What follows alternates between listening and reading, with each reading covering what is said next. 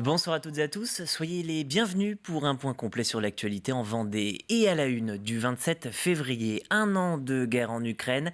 Le conflit débuté le 24 février 2022 semble pour l'instant s'inscrire dans la durée. En Vendée, l'accueil des réfugiés se poursuit. Le préfet du département est allé à leur rencontre vendredi dernier.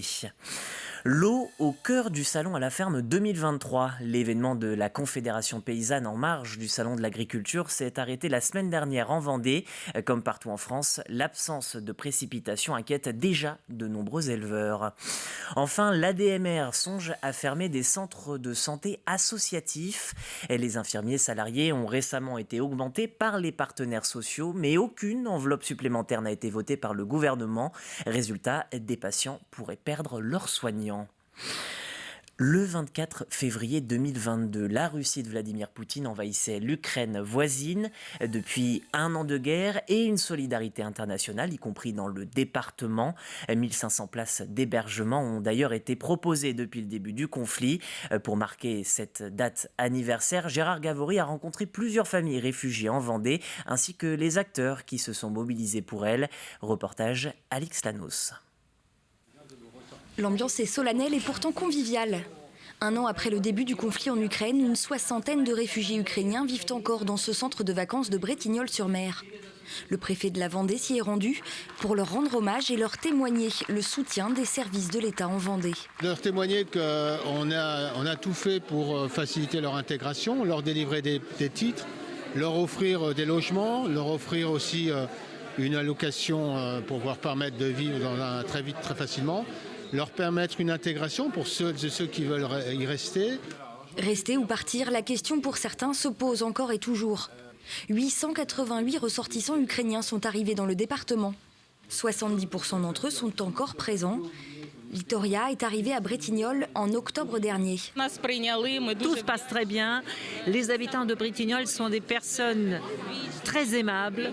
Mon fils va bien, la nature est belle, il y a l'océan à côté, mais j'ai le mal du pays, j'ai envie de rentrer chez moi.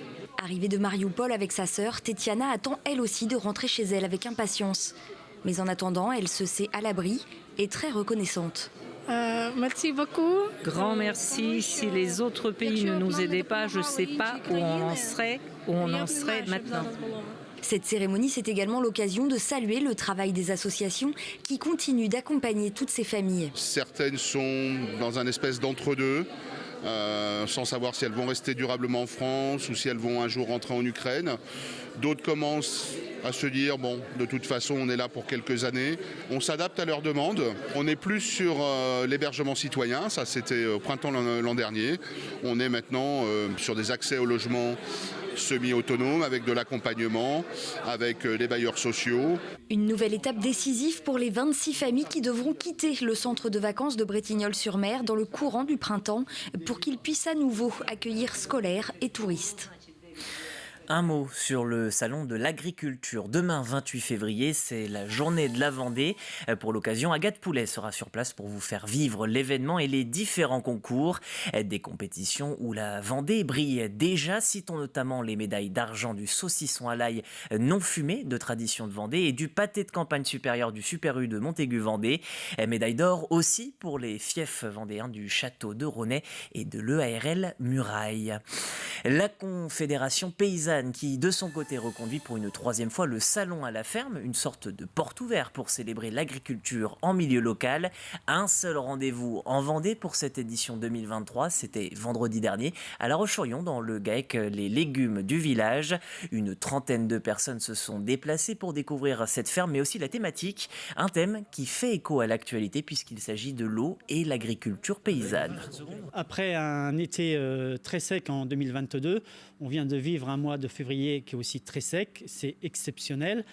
On ne sait pas de quoi demain sera fait. Le mois de février 2020 avait été aussi très sec. Après, il y avait eu de l'eau tout le long du printemps. Cette année, on ne sait pas comment les choses vont se passer. Globalement, les nappes phréatiques ne sont pas totalement rechargées. On peut s'inquiéter de ces phénomènes récurrents de sécheresse. Est-ce que ça va durer ou pas? Est-ce qu'on aura assez d'eau l'été prochain? On ne le sait pas. Donc c'est assez inquiétant pour tout le monde. Hier, l'association Choltaise Le Souvenir Vendéen organisait une commémoration pour faire perdurer le souvenir des massacres en Vendée sur la Révolution.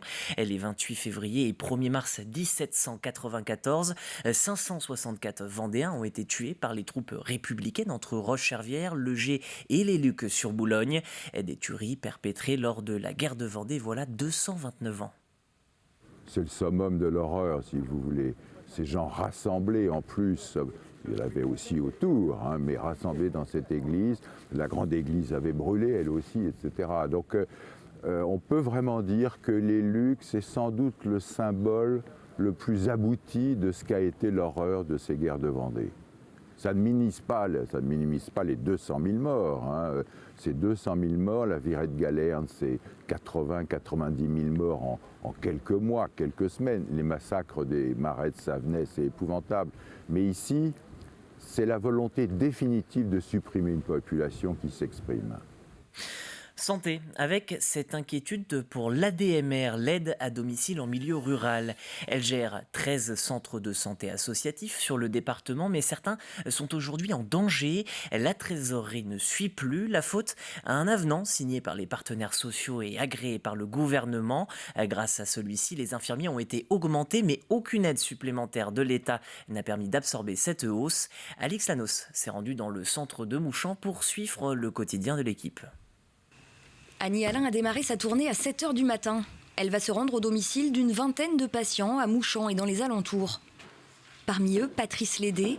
Il connaît les infirmières du centre de santé de Mouchamp depuis de nombreuses années et c'est ce qu'il leur doit.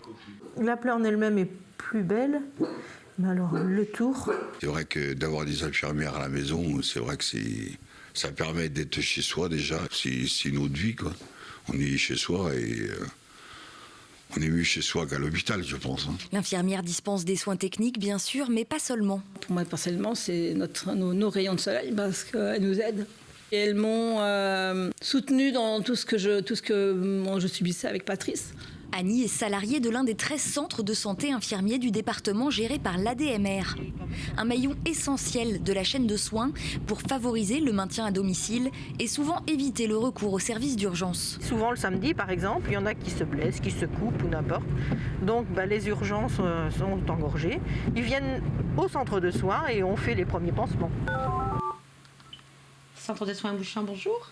Mais sur les 13 centres vendéens, 11 sont aujourd'hui financièrement déficitaires depuis la décision du gouvernement en octobre 2021 de revaloriser les salaires de ces infirmiers salariés. Donc, tous les infirmiers ont eu une augmentation de salaire, ce qui était indispensable pour favoriser l'attractivité et fidéliser nos infirmières. Cependant, nous n'avons pas eu de financement complémentaire pour pouvoir financer ces augmentations de salaire. On ne survivra pas si on n'est pas aidé. On a de la chance d'avoir de la trésorerie sur certains de nos centres, ce n'est pas le cas sur tous les centres. Donc là, on puise dans la trésorerie, mais ça ne peut pas être éternel de puiser dans la trésorerie. 2023 va être extrêmement compliqué si aucune décision des pouvoirs publics n'est prise. Allez, c'est parti. L'ensemble des 300 centres de santé infirmiers associatifs en France demandent à l'État une enveloppe de 11 millions d'euros afin de poursuivre leur activité. En Vendée, souvent située en zone rurale, ils sont une première réponse à la désertification médicale. Et au niveau national, des négociations sont en cours entre l'ADMR et le ministère de la Santé pour débloquer une nouvelle enveloppe budgétaire. Du sport, à présent, avec d'abord la suite et fin du 4L Trophy, une course d'étape de 6000 km entre Biarritz et Marrakech. Parmi les pilotes des Vendéens comme Sylvain Picard et Valentin Bonnet, nous les avions rencontrés avant le départ au volant de Gabriel Lacattrelle. La voiture était d'ailleurs chargée de fournitures scolaires, puisque c'est un raid humanitaire. À l'heure du bilan, les deux amis sont ravis. Gabriel a tenu bon. Alors Gabrielle, elle a été au top. Ah, on s'y attendait, mais non, on n'a eu aucun problème grave. On a une roue qu'on a failli perdre. Bon, ça paraît grave, mais c'est vraiment pas grand-chose. Un détail. Voilà, un câble de frein qui s'est détaché. Ce genre de petites choses, mais rien de vraiment compromettant pour l'aventure, entre guillemets. On a eu des copains qui ont eu un joint de culasse à faire, par exemple. Et là, tout de suite, c'est beaucoup moins drôle. D'ailleurs, on les a aidés. C'était à Algeciras. Et on a On a fait ça sur le bivouac, un peu en improvisé comme ça. Retour en Vendée avec le 5e tournoi national de racquethlon au Terre-Noire à La Roche-sur-Yon. Pour rappel, le racquethlon consiste à s'affronter sur 4 disciplines différentes, le tennis de table, le squash et le badminton. Plus d'une centaine de participants. En simple, notons la victoire de Constance de Grusson chez les femmes. Pour les hommes, le tournoi est remporté par Pio, originaire de Luçon. La difficulté des sportifs, c'est vraiment le physique. Donc enchaîner les 4 sports et enchaîner les matchs. Des fois, il y a très peu de pauses. Il y a eu un petit peu d'attente au squash. Ils ont à peine 1 heure de pause entre leurs matchs. Et c'est assez épuisant. Après, ce qui est difficile aussi, c'est de jouer contre des adversaires qui sont spécialistes dans d'autres disciplines. Et eux, c'est pas leur spécialité. Donc il y a des scores qui sont parfois avec des gros écarts, mais ils se rattrapent après en squash, ils se rattrapent en tennis. Donc c'est ça qui est difficile, c'est d'accepter d'avoir des scores un petit peu difficiles. Ou parfois, quand on est spécialiste, de lâcher aucun point face à son adversaire.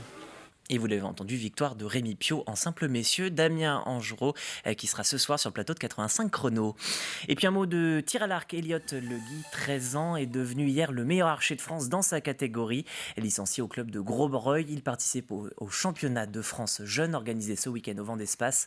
384 archers issus de plus de 200 clubs différents se sont affrontés. C'est la fin de ce journal, je vous remercie de l'avoir suivi. On se retrouve dès demain, 12h30 pour un prochain point avec l'actualité.